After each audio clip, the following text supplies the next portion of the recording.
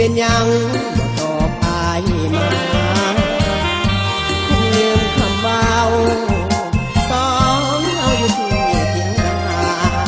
ถ้าน้องบ่มีเวลาขอให้โทรมาขออายดีใจลืมแกงหน่อไม้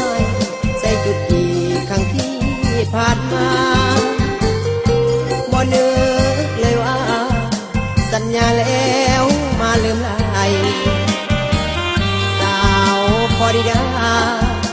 บ่นางที่มาตัวอายเตือนหาว่าบอกอาย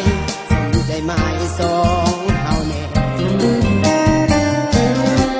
อน้องจรเคลื่อนย้อนสู่อเมริกา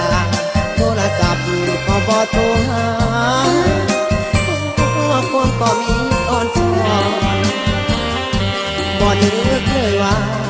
สาวพอดีดาจะมาหลอกหลอนขอปานน้อยไก่คอนอายเอาบอนน้ำตาพังยาหัวใจซึมเศร้าส่งข่าวผ่านทางอีเมลบ่มีวี่แววเบิดบังแล้วน้องบ่าวเมืองลาวอายเจ็บเกินเจ็บอีนี้บ่มีแนวเท้าจังแม่นบ่คือคำว่าตัวบ่าวคนลาวให้แล่น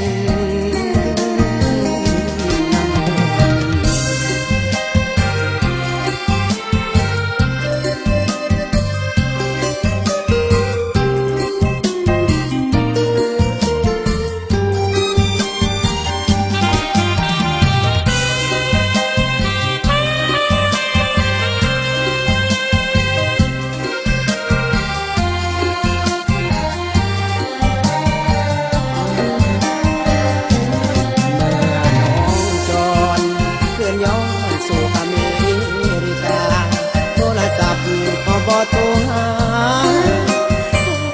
ความก็มีอ่อนซ้อนบ่นึกเลยว่าสาวพอดีดาจะมาหลอกหลอนขอปานน้อยไก่คอนอายเอาบอนน้ำตาพัง